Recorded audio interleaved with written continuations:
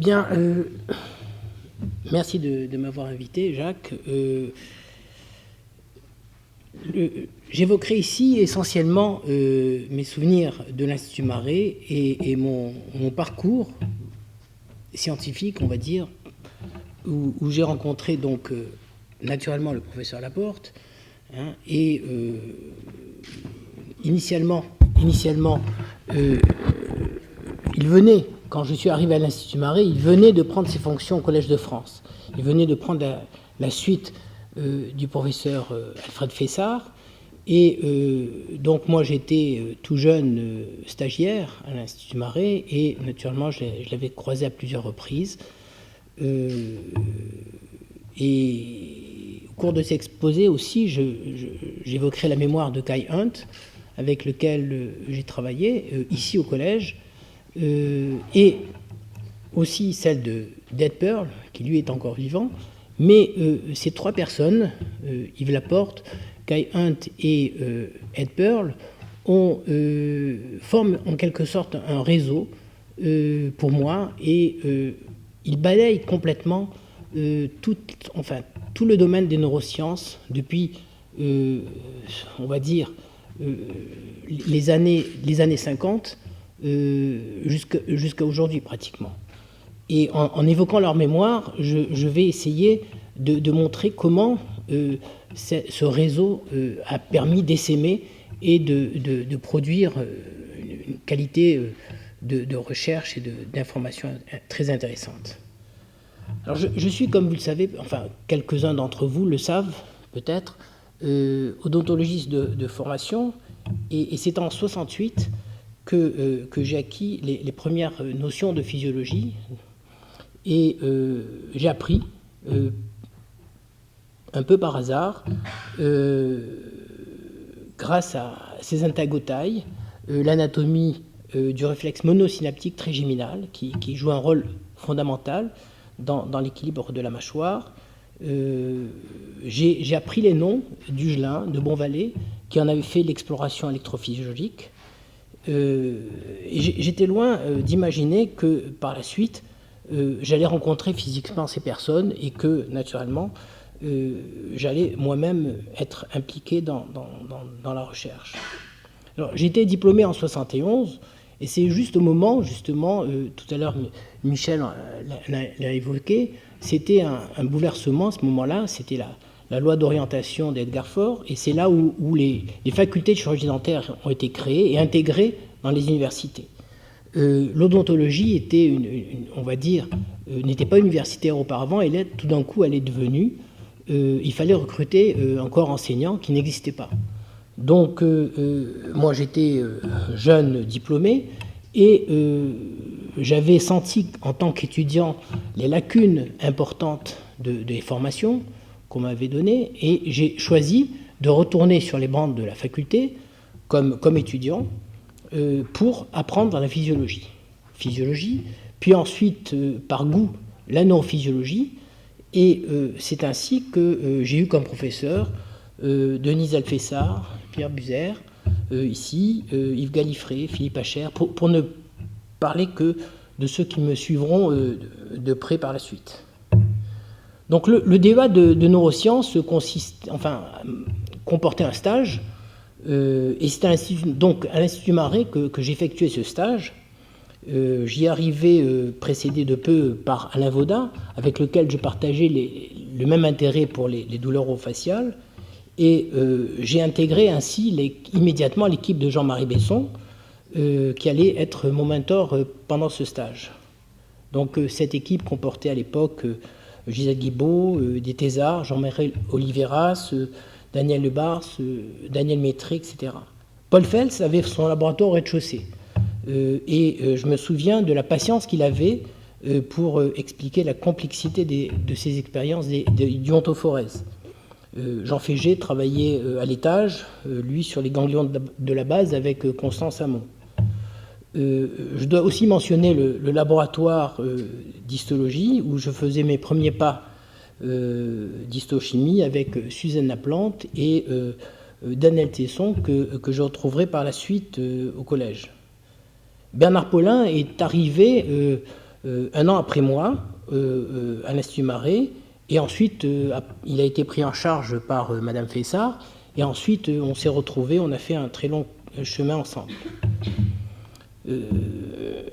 Donc l'Institut Marais était encore très actif du point de vue scientifique, et on croisait de nombreux chercheurs visiteurs comme John Nimskin, John Mackenzie, Richard Okita, Larry Kruger et beaucoup d'autres que j'oublie. J'ai ainsi passé 5 ans à l'Institut Marais jusqu'en 73, depuis 73 jusqu'à sa fermeture, au moment de notre déménagement quai Saint-Bernard. Et parmi les souvenirs que j'ai gardés de l'Institut Marais, certains, ce sont des anecdotes naturellement. Tout d'abord, naturellement, les manips tardives qu'on faisait, et dans le noir souvent, et il nous arrivait de nous endormir devant les écrans à l'époque, les écrans cathodiques, dans la chaleur des pièces dans lesquelles on travaillait.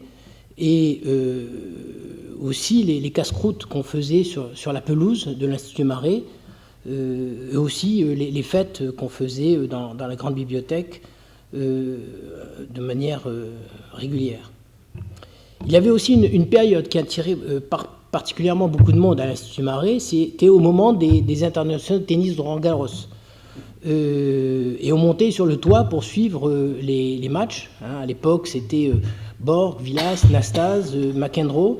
Et c'est évident que les manips, à l'époque, étaient un peu ralentis pendant cette période. C'était à cette époque qu'un macaque s'était évadé d'une cage. On l'avait sorti sur la pelouse pour prendre des photos. Et ça avait été aussi tout un événement pour essayer de le rattraper dans les arbres. On avait peur qu'il aille perturber les internationaux. Bon, l'abandon de l'Institut Marais fut difficile, plus difficile certainement à vivre pour les plus âgés, qui avaient passé plus de temps que moi dans cet établissement et y avaient laissé beaucoup de souvenirs. Alors c'est en 80 que j'ai rencontré Ed Pearl pour la première fois. Il avait été invité par Mme Fessard pour quelques mois et était venu exceptionnellement seul en France. Bon, c'était pas son premier séjour en France. Il avait fait déjà 2 séjours sabbatiques, l'un à Toulouse, justement où il avait été accueilli par le professeur Laporte, et ensuite un autre séjour à Marseille chez Hugon. Donc Ed avait rencontré effectivement aussi le professeur Laporte en 59, un meeting à Salt Lake City. Ce meeting avait été organisé par Kai Hunt, qui avait pris la direction de ce département de physiologie et qui cherchait à en faire un peu en assurer la publicité. Et donc, Kai, en réalité, avait rencontré auparavant Yves Laporte justement au Rockefeller, comme l'a mentionné Monsieur Buzer tout à l'heure, et donc ils avaient travaillé aux côtés de George Bishop, et donc pour venir à mon travail aux côtés d'Ed Pearl, c'est vrai que travailler à ses côtés, ça a été en 80 une révélation pour moi, dans le sens où, d'abord, il m'avait proposé un sujet intéressant, c'est celui de mettre en évidence les neuropeptides dans les afférences primaires, et de travailler sur des préparations que j'aurais pas imaginées naturellement. Donc il m'a proposé de collaborer avec lui, on a travaillé ensemble, et effectivement ça a amené à développer un modèle. On avait commencé à travailler sur le rat, qui n'était pas la préparation adaptée. Il fallait passer ensuite, j'ai proposé de passer sur le cochon d'Inde, qui était plus approprié pour faire des intracellulaires. Et donc Ed avait été intéressé par, peut-être par ma dextérité, parce que c'était quelque chose que j'avais, où j'avais justement, pour laquelle j'avais été formé en tant qu'odontologiste. Et donc, à la suite de ces expériences qu'on avait fait ensemble à Paris, il m'a invité avec ma famille aux États-Unis à passer une année sabbatique à Chapel Hill. et à ses côtés, et nous avons poursuivi ces expériences, donc qui consistaient à effectivement faire des injections intracellulaires pour marquer les neurones sensitifs primaires, qui avaient été donc caractérisés, et ensuite, par un système de double marquage, de caractériser à l'intérieur les neuropeptides qui étaient impliqués. Donc ce n'était pas évident à l'époque de faire ces expériences. Le versant immunohistochimique n'était pas encore totalement au point. Je me souviens, initialement, on envoyait les ganglions chez Thomas Hochfeld par avion. Donc c'était des manips assez lourdes. Mais finalement, au bout de quelques années, par la suite, la technique a été mise au point et on a réussi à mettre ces neuropeptides en évidence de manière fiable. Donc, ce séjour à Chapel Hill a été très intéressant parce que d'un côté, il a permis de rencontrer de nombreux chercheurs du laboratoire. À l'époque, il y avait Alan Light, c'était lui qui avait mis au point ces injections intracellulaires de peroxydase.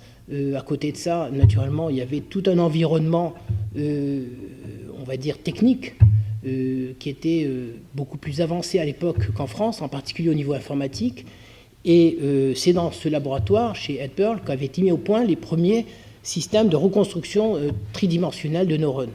Donc moi j'ai été initié à ce moment-là à ce type de travail. À l'époque, il fallait plusieurs semaines pour reconstruire un neurone. C'était un travail de bénédictin, et aujourd'hui ça prend quelques jours maximum avec les systèmes de microscopie confocale. Donc j'ai rencontré aussi, pendant cette période, j'ai voyagé, je suis allé à Saint-Louis, et c'est là où j'ai rencontré effectivement aussi Kai Hunt. C'était juste pratiquement le moment de son départ à la retraite. Et donc j'ai rencontré des membres de son laboratoire comme Dale Purves, Jeff Lickman, que je retrouverai d'ailleurs ici au collège ensuite, qui est venu en année sabbatique chez Jacques. Donc c'était une période très intéressante sur le plan des échanges scientifiques. Et je dois dire que cette formation, on va dire, multidisciplinaire, électrophysiologique, neuroanatomique, etc., a été un peu à la base